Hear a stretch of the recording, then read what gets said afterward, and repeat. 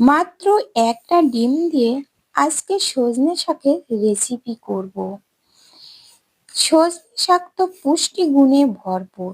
এর পাতা, ডাঁটা, ছাল প্রত্যেকটা অংশই কিন্তু পুষ্টি গুণে ভরপুর। তো সজনে শাক তোমরা ডিম দিয়ে কি এইভাবে রান্না করে খেয়ে দেখেছো? তোমাদের কাছে অনুরোধ রইল, একবার হলেও এই রেসিপিটা তৈরি করে খেয়ে দেখো, তারপরে আমাকে কমেন্ট করে জানিও। আমি কিন্তু এর আগে সজনের পাতা ভর্তা দিয়েছি, তো সেখানে তো তোমরা দেখেছো সজনে পাতার ভর্তা খেতেও কিন্তু দারুণ লাগে। তোমরা যারা দেখোনি তারা কিন্তু সে ভিডিওটা চাইলে দেখে নিতে পারো।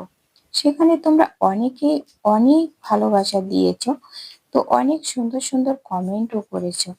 তো দেখো, আজকে তো আমি এই যে সজনে শাকগুলো নিয়ে নিয়েছি দেখো। তো সজনে শাকগুলো না খুবই কচি। তো এই সজনে ডাঁটাগুলো যাতে না থাকে এর ভিতরে, এর এই ছোট ছোট যে ডাঁটাগুলো এগুলো বেছে নিতে হবে। আর দেখো আমি এখানে কি নিয়েছি, দেখো আলু কুচিয়ে নিয়েছি একটু মোটা মোটা করে, আলুগুলো একটু কুচিয়ে নিয়েছি। আর নিয়েছি কাঁচা লঙ্কা, পেঁয়াজ কুচি, আর নিয়েছি রসুন। আর এখানে সজনের পাতাগুলো দেখো আমি সব বেছে নিয়েছি ভালো করে, যাতে কোনো রকমের শীষ না থেকে যায়। শীষগুলো থাকলে কিন্তু একেবারে কাটি কাটি হয়ে যাবে যদি শক্ত শীষগুলো হয়, আর যদি নরম হয় তো গলে যাবে। আমার শাকটায় আজকে অনেকটাই কচি আছে। তো আমি দেখো কি করে আজকের এই সজনে শাকটা রান্না করি, মাত্র এই একটা ডিম দিয়ে। দেখো ডিমটা আমি আগে ভেঙে নিচ্ছি। এই ডিম দিয়ে আজকের এই সজনে শাকের রেসিপিটা করব। যে একবার খেয়েছে সে তো আঙুল চাটতে থাকবে, আবারও খেতে চাইবে। তো ভিডিওটা কেউ স্কিপ করো না, পুরো ভিডিওটা দেখার অনুরোধ রইল। দেখো গ্যাসের উপরে কড়াই দিয়ে দিয়ে দিলাম একটু জল, জলের ভিতরে দিয়ে দিলাম লবণ। জলটা যখন ফোটা শুরু করেছে তখনই দিয়ে দিলাম এই সজনে শাকগুলো। সজনে শাক কিন্তু একটু তিতো হয়, কিন্তু আমি যেভাবে রান্না করছি এইভাবে সবাই পছন্দ করবে, ছোট বড় সবাই কিন্তু খেতে চাইবে। তো তোমরা কিন্তু দেখতে থাকো, কেউ স্কিপ করো না। একটু হলুদের গুঁড়ো দিয়ে দিলাম, দিয়ে এবার ঢাকাটা দিয়ে দিলাম। ঢাকা দিয়ে দিয়ে তো খানিক সময় জাল করার পরে দেখো সজনে শাকগুলো কিন্তু সেদ্ধ হয়ে গেছে। আর কিন্তু এমন জল দিতে হবে যাতে সেদ্ধ হয়ে যাবে, জলটা যাতে ফেলে না দিতে হয়। তো আমি নামিয়ে নিয়ে কড়াইটা পরিষ্কার করে নেব। এই যে দেখো কড়াইটা পরিষ্কার করে নিয়ে দিয়ে দিলাম তেল। তো কথা বলতে বলতে দেখো, তো তেল তো ভুল করে দিয়ে ফেলেছি, এখানে সর্ষের তেল দিয়ে কিন্তু রান্নাটা করতে হবে। তো সাদা তেল দিয়েছি, দিয়ে আমি দেখো আলুগুলো আগে ভেজে নেব। তো লবণ হলুদ দিয়ে দিলাম আলুতে, দিয়ে এটা ভালো করে ভেজে নেব। পরবর্তী যখন তেলটা দেবো তখন সরিষার তেল দেব। এই যে দেখো আর একটু সরিষার তেল দিয়ে দিলাম, দিয়ে আলুগুলো দেখো যখন সেদ্ধ হয়ে গেছে ভাজতে ভাজতে, তখন আলুগুলো সাইড করে নিয়ে দেখো কাঁচা লঙ্কা দিয়ে দিলাম, আর সেই পেঁয়াজ গুলো কুচি করে রেখেছিলাম সেই পেঁয়াজগুলো দিয়ে দিলাম।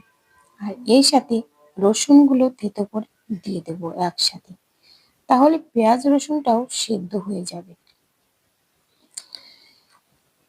তো দেখো পেঁয়াজ রসুনটা এইভাবে দিয়ে, এই যে দেখো আমি আলুগুলো সাইড করে রেখে দিলাম। আর দিয়ে এই যে মাঝে এই যে ডিমটা দিয়ে এইভাবে একটু নাড়তে থাকতে হবে। ডিমটা এইভাবে হালকা একটু ভাজা ভাজা হলে, তো এইভাবে দেখো একটু ভেঙে দেব এইভাবে, দিয়ে এই আলুর সাথে মিশিয়ে নেব। আর এই পেঁয়াজ রসুনটা দেখো ধাক্কা দিয়ে পাশেই রেখেছি, যেহেতু কড়াইতে আমার জায়গা আছে এই জন্য। তো যে আলু আর ডিমের সাথে এইভাবে একটু ভালো করে মিশিয়ে আমি এটা নামিয়ে নেব। আর ডিমটা কিন্তু বেশি ভাজা যাবে না। তো একটু হালকা হালকা হয়েছে যখন, তো দেখো আমি একটু চেক করে দেখছি আলুগুলো ভালো সিদ্ধ হয়েছে কিনা। আলুগুলো সেদ্ধ হয়ে গেছে। তো আমি এবার আলুগুলো এই যে আলু আর ডিমটা আমি তুলে নেব। এবার আলু আর ডিমটা আমি তুলে নিলাম। এবার যে পেঁয়াজ রসুনটা আছে, এই পেঁয়াজ রসুনটা কিন্তু একটু ভালো করে ভেজে নেব। আবারও এর সাথে আর একটু সরষের তেল দিয়ে দিলাম। দিয়ে এবার আমি ভালো করে পেঁয়াজ রসুনটা দেখো ভেজে নিলাম। নিয়ে আবারও একটু সাইড করে দিয়ে এই যে ভিতরে একটু ফাঁকা করে দিলাম। তো এই যে তেলটা এসে পড়েছে, তেলের ভিতরে দিয়ে দিলাম গোটা জিরে। জিরেটা তোমরা না দিতে চাইলেও কোনো অসুবিধা নেই, কিন্তু একটু জিরে দিয়ে দিলাম। দিয়ে এবার দেখো সে ভাপিয়ে রাখা শাকটা দিয়ে দিলাম। এবার দিয়ে একটু নাড়াচাড়া করতে হবে, যেহেতু শাকে কিন্তু একটু জল জল ভাব আছে, জলীয় ভাব আছে। জল জল থাকলে কিন্তু খেতে আবার ভালো লাগবে না। তো একটু নাড়াচাড়া করে জলীয় ভাবটা যাতে কেটে যায়, তো একটু ভালো করে নাড়াচাড়া করে দেব। এই যে দেখো, এইভাবে যদি সজনে শাক রান্না করা হয় তো কেউ বুঝতেই পারবে না যে এটা কি শাক দিয়ে খাচ্ছি। আর এত সুন্দর খেতে হয়। জলীয় ভাবটা যখন চলে যাবে তখন আমার সে ভেজে রাখা আলু আর ডিমটা এবার এই শাকের সাথে মিশিয়ে নেব। আলু আর ডিমটা এভাবে নেড়ে একটু ভালো করে মিশিয়ে নেব। যেমন পুষ্টিগুণে ভরপুর, তেমনি কিন্তু খেতে কিন্তু দারুণ সুস্বাদু। তো বন্ধুরা, আজকের ভিডিওটা তোমাদের কাছে কেমন লেগেছে কমেন্ট করে জানাতে কিন্তু একদম ভুলো না। আর যদি একটা লাইক দিতে ভুলে যেয়ে থাকো তো একটা লাইক করে দিও।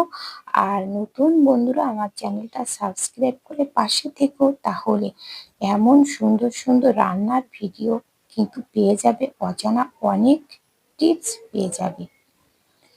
তো দেখো বন্ধুরা, আমার এটা কিন্তু এই যে দেখো হয়ে গেছে। তো একটু জল জল মতো থাকলে একটু ভালো লাগবে, নরম থাকলে কিন্তু একেবারে শুকনো ঝুড়ো ঝুড়ো করলে কিন্তু ভালো লাগবে না। তো দেখো আমার এটা কিন্তু পারফেক্ট হয়ে গেছে। তো আমি এবার গ্যাসটা বন্ধ করে আমি এবার নামিয়ে নেব। যে কোনো সবজি কিন্তু রান্না করতে হবে সবুজ রেখে, কিংবা সবজির কালারটা যাতে ঠিক থাকে ঠিক রেখে কিন্তু নামিয়ে নিতে হবে। সবজির কালার যদি নষ্ট হয়ে যায় তখন পুষ্টিগুণ কিন্তু থাকে না। তো দেখো আমার সবুজ কালার থাকতে কিন্তু আমি এটা গ্যাসটা বন্ধ করে নামিয়ে নিলাম। এবার এটা দেখো নামিয়ে নিয়েছি। দেখো কত সুন্দর দেখতে হয়েছে, দেখতেও যত সুন্দর হয়েছে খেতেও কিন্তু ততটাই সুন্দর হয়েছে। এবার এটা কিন্তু গরম ভাতের সাথে খেলে কিন্তু দারুণ লাগবে। তো আজ এ পর্যন্ত, দেখা হবে পরবর্তী ভিডিওতে। ততক্ষণে তোমরা ভালো থেকো, সুস্থ থেকো। নমস্কার বন্ধুরা।